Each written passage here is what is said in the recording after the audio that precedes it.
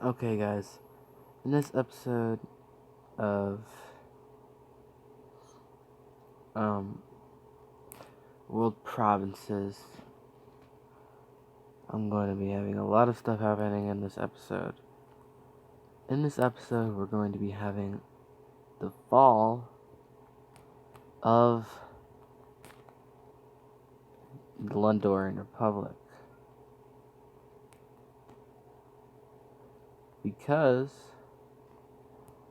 well, what's going to be the new part of it is the Bantu Republic is going to be taking over its South African territory, which the Honduran Republic is actually Angola that ended up expanding to a ton of territory. But it seems like it's going to be losing a bunch of territory right now. As you guys are seeing, this is the collapse of their country. A lot is going to be happening, the whole collapse. But I'm going to have multiple nations pop out at this collapse.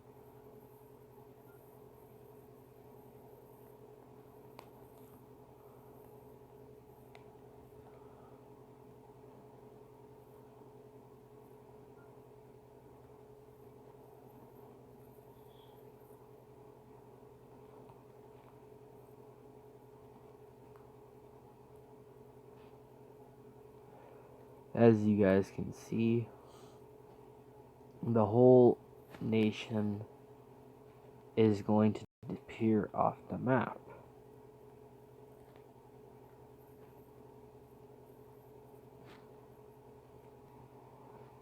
Okay, guys. So, over here we have the Australian Empire. They control these territories up here as well. They inherited the eastern part of the Londoran Republic, pretty much, and then India got Bangladesh and like a lot of land in the Indian Ocean. The Bantu Republic got the southern land and kept some land over here, pretty much inheriting a large portion down here, and then the Inca inherited some land down here. Who's this? Oh, Australia seemed to have gotten some land over here somehow. Ooh, what's going on here? Fiji. The heck? I don't remember being Fiji right there. Yeah, so they actually have South Korea and Taiwan, which are pretty good places to have. And I mean, it's a good name. It's a good empire they got going. But I also want to make some more changes as well and bring in some more nations. I have created a bunch of nations at this point.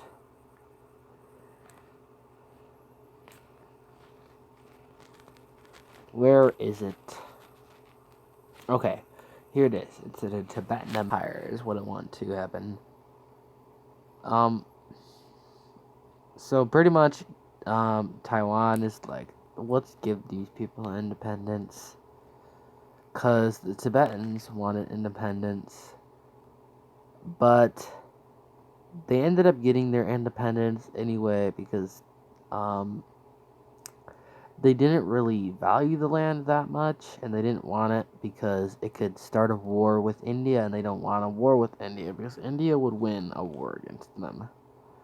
For sure. They just couldn't, they didn't want a war against India, so they kind of gave Tibet independence. But a country like Tibet actually holds a decent amount of power at this point after having independence. There's a lot of infrastructure like dams, so they could use that as a weapon if any of their neighbors, most of their neighbors are much stronger than them, like Russia, India, and Mongolia are both stronger, but they do have a country like Thailand that could defend it, but not really. But it seems, from what we are seeing, Thailand is a collapsing nation. And we'll get another nation in here that I created a while ago. Now, let me see if I can find it. Where is it? Unless I didn't create it. I don't remember. What's this? Nope, not right. Here it is. Greater Indonesia, a country I've been planning on placing for a while. Well, I'm gonna get these guys independence as well. Okay, guys. So, Indonesia got independence. I mean, how are they gonna control all of these people? But all of these people decided to join up together to fight with Thailand, but Thailand, after they continued to keep pushing up and made it up to these territories, at that point, Thailand really didn't want to keep fighting. I mean, they lost all of these territories down here to a pretty strong Thailand, or a strong Indonesian force, and they're pretty much being backed up by the Japanese and Australians and Vietnamese Empire. Great Onion. Japan. Japan is nuts. Look at them. Yeah, but I was also planning something else.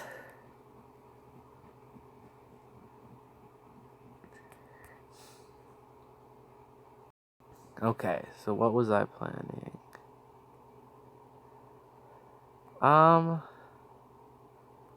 The collapse of Russia pretty much is what I was planning. So what I was planning on happening was Russia tries to do a big war, thinking that they could fight Finland and Armenia.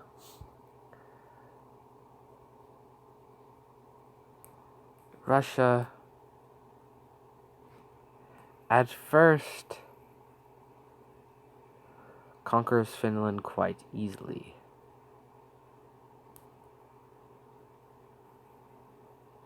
No trouble there, but their real trouble was when they found out that Armenia was very powerful and that some countries would defend them in the war.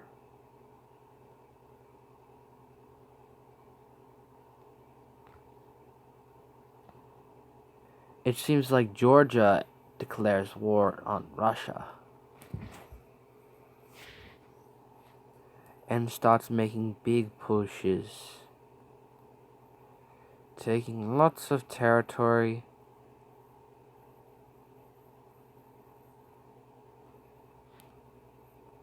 it seems like Finland has gained some ground again, gaining lots of their territory back and starting to gain back lots of their territory from the Russians once again, encircling a large force in these lands. They make good pushes against Russia, gaining back most of their former territory that they once had. So it seems like a big rebellion of Turkic groups, two Turkic groups, pretty much, Central Asian nation, and Xinjiang. And both of these nations don't really have all of their forces connected up, but they've defeated a lot of Russian forces, and one of them encircles a big portion of Russian troops.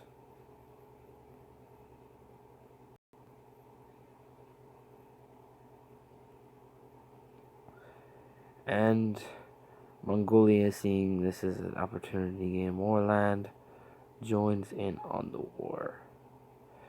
Not going very far.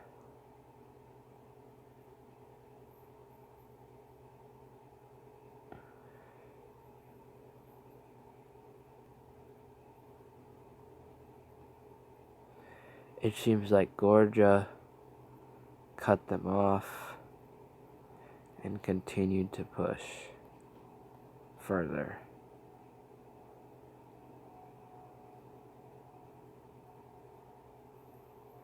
Into Russia. Well, the country surrenders, and the rest of the territory ends up going to Finland.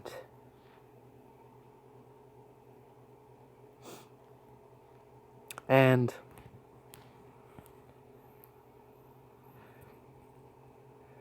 another thing I am going to do is pretty much split up Norway. Okay, so I had Finland and Ireland split Norway's territory, meaning that Ireland got a lot more territory down here in the British Isles, pretty much uniting Scotland under their control, and a lot more territory. Plenty of Nordic territory here. In Finland, I think Finland's borders look a lot better now. But this is what the borders look like now. Armenia, looking awesome. Absolutely great. But I think I want to do one more thing. Okay, Slovakia got split between Austria and Poland. And I'm going to be doing one more thing to end this video off, and that is uniting Romania and Moldova. Finally, why were they separate nations? Who knows why they were ever separate nations, but now Romania should be one of the strongest countries out of the Balkan nations, other than like Austria and Poland, pretty much. Romania is probably the third strongest of the Balkans, but no match for Poland or Austria. But it looks like Romania needs to get its territory back over here. But I'm gonna currently end this video off. Peace out, guys. Bit of a long video here.